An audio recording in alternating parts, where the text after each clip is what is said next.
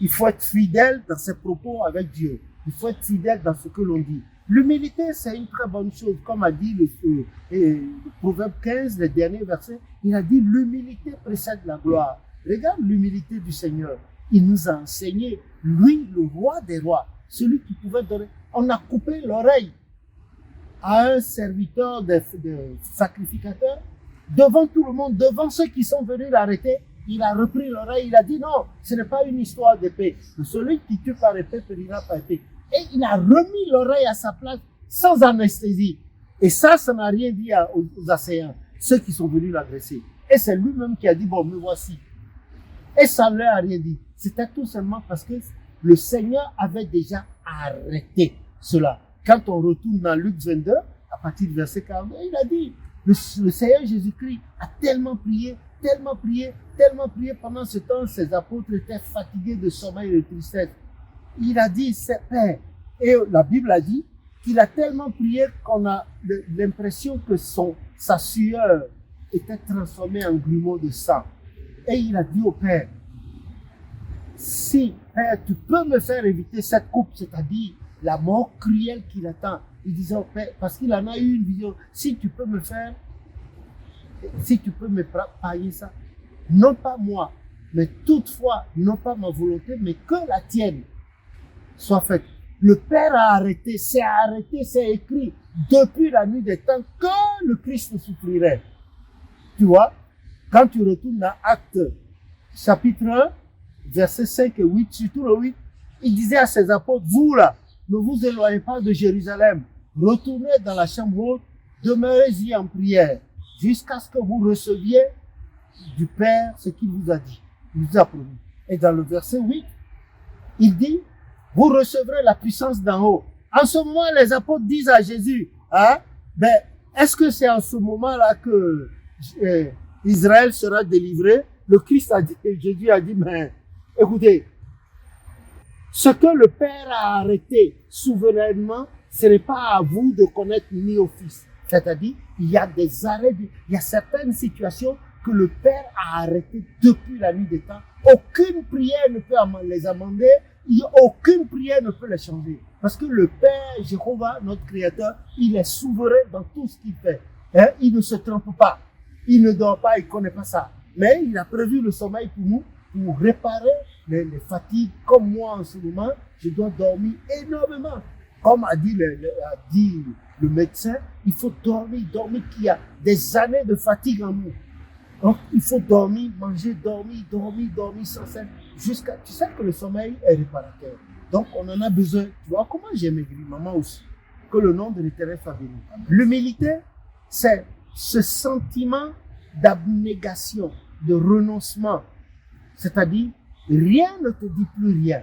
Tout ce que la vie peut offrir, tu prends ça avec stoïcisme, de façon stoïque.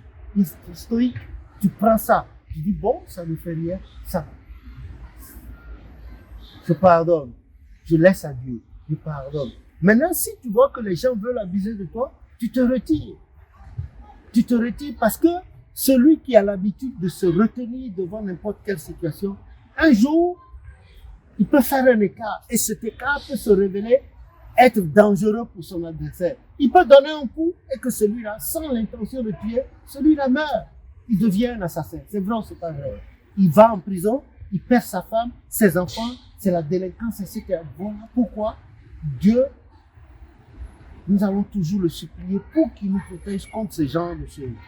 Maintenant, quand le Christ disait, donne la deuxième joue, si on t'a frappé à la joue droite, donne la joue gauche, ça ne veut pas dire que tu vas tendre la joue à celui-là. Non. Tout simplement, tu te retires. Et Papa Ochofa a enseigné que l'église du christianisme céleste, c'est une église dans laquelle quand on te piétine brutalement, toi qui as été piétiné, c'est toi encore qui te retournes et tu dis, excusez-moi. Tu présentes encore des excuses à celui qui t'a fait mal, même si c'est sciemment, et tu te retires. Les gens peuvent nous prendre pour exemple quelqu'un de bête. Oui, c'est rien. Il faut prendre 1 Corinthiens chapitre 4. Saint Paul a parlé là. Saint Paul disait, oui, nous, on est fous, vous êtes sages. On est malheureux, vous êtes heureux.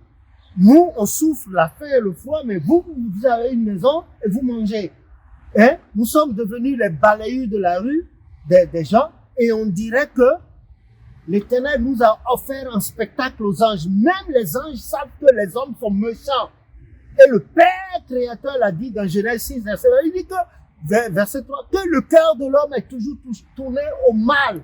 Voilà pourquoi il a ramené les années de la vie de l'homme. Regarde Mathusalem, qui a vécu 960 et quelques ans.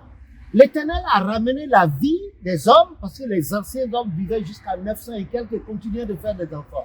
L'Éternel a ramené l'âge de ces hommes-là à 120 ans. C'est dans Genèse 6. Et plus tard, dans le psaume 90, Moïse n'a plus parlé des 120 ans. Moïse a dit que nos jours s'évanouissent comme une fumée, que minimum c'est 70 ans et 80 ans au plus fort, au plus robuste. Il faut voir ça. Donc, quand le Seigneur dit de tendre la joue, ça ne veut pas dire que celui-là t'a giflé, tu dis bon, gifle-moi encore ici. Non, ce serait bête quand même. Non? Il faut te retirer parce que il faut ménager la susceptibilité. Parfois, nous avons des réactions qui nous échappent. Et en nous échappant, ça peut faire des dommages là-bas. Les gens vont appeler la police. Or, la loi dit, nul n'a le droit de se faire justice. Tu vois, tu peux réagir que ça cause la mort, que ça blesse les gens. La police va arriver, on va dire, qui a blessé? Tu diras, c'est toi. Et ça, c'est une histoire de tribunal. Il faut prendre un avocat, dépenser beaucoup d'argent pour que l'avocat prouve que c'était sous l'effet de la colère ou bien tu ne l'as pas fait exprès. Et ça, c'est pas bon. Il y a le casier judiciaire qui est là. On mentionne ton nom à la police, il est connu de la police. Voilà comment ça s'habille, on vous habille des faux habits dans la société. Donc, en tout et pour tout, nous devons supplier l'Éternel et lui demander d'avoir compassion de nous. Pour que de telles choses n'arrivent pas. Il faut pardonner sans cesse. Pierre disait à Jésus, combien de fois faut-il pardonner? Il a dit 70 fois, 70 fois. C'est-à-dire 70 fois, pourquoi 70, ça fait 440 fois, 490 fois dans la journée. Comment? Les gens, quand même, ne vont pas t'offenser. Tu vois, 490 fois dans la journée, nous sommes d'accord. Bon, c'est ça. Donc, ça veut dire que l'instrument principal de notre caractère doit être le pardon. Et c'est pour cela que le Christ est venu. Et c'est pour pardonner aux hommes et délivrer les hommes du système machiavélique que Satan avait mis en place avant la fondation de la création d'Adam. Voilà pourquoi il a accepté, regarde, tout ce que les gens lui ont fait. Et la dernière parole qu'il a dit quoi? Père, pardonne-leur car ils ne savent pas ce que... Regarde, le Fils de Dieu, qu'on est allé crucifier, il n'a rien fait aux gens, il n'a pris la femme de personne. Au contraire, il a nourri des gens, il a sorti des paroles réconfortantes. Et voilà là où il a échoué. Et le Christ a dit, soyez mes imitateurs, que si le maître a été persécuté et haï, toi, le disciplos, le maître, en latin c'est magister. Si le magister a été haï, brimé, tout ça là, toi, son disciple, c'est-à-dire son disciple, toi aussi, on te brimera.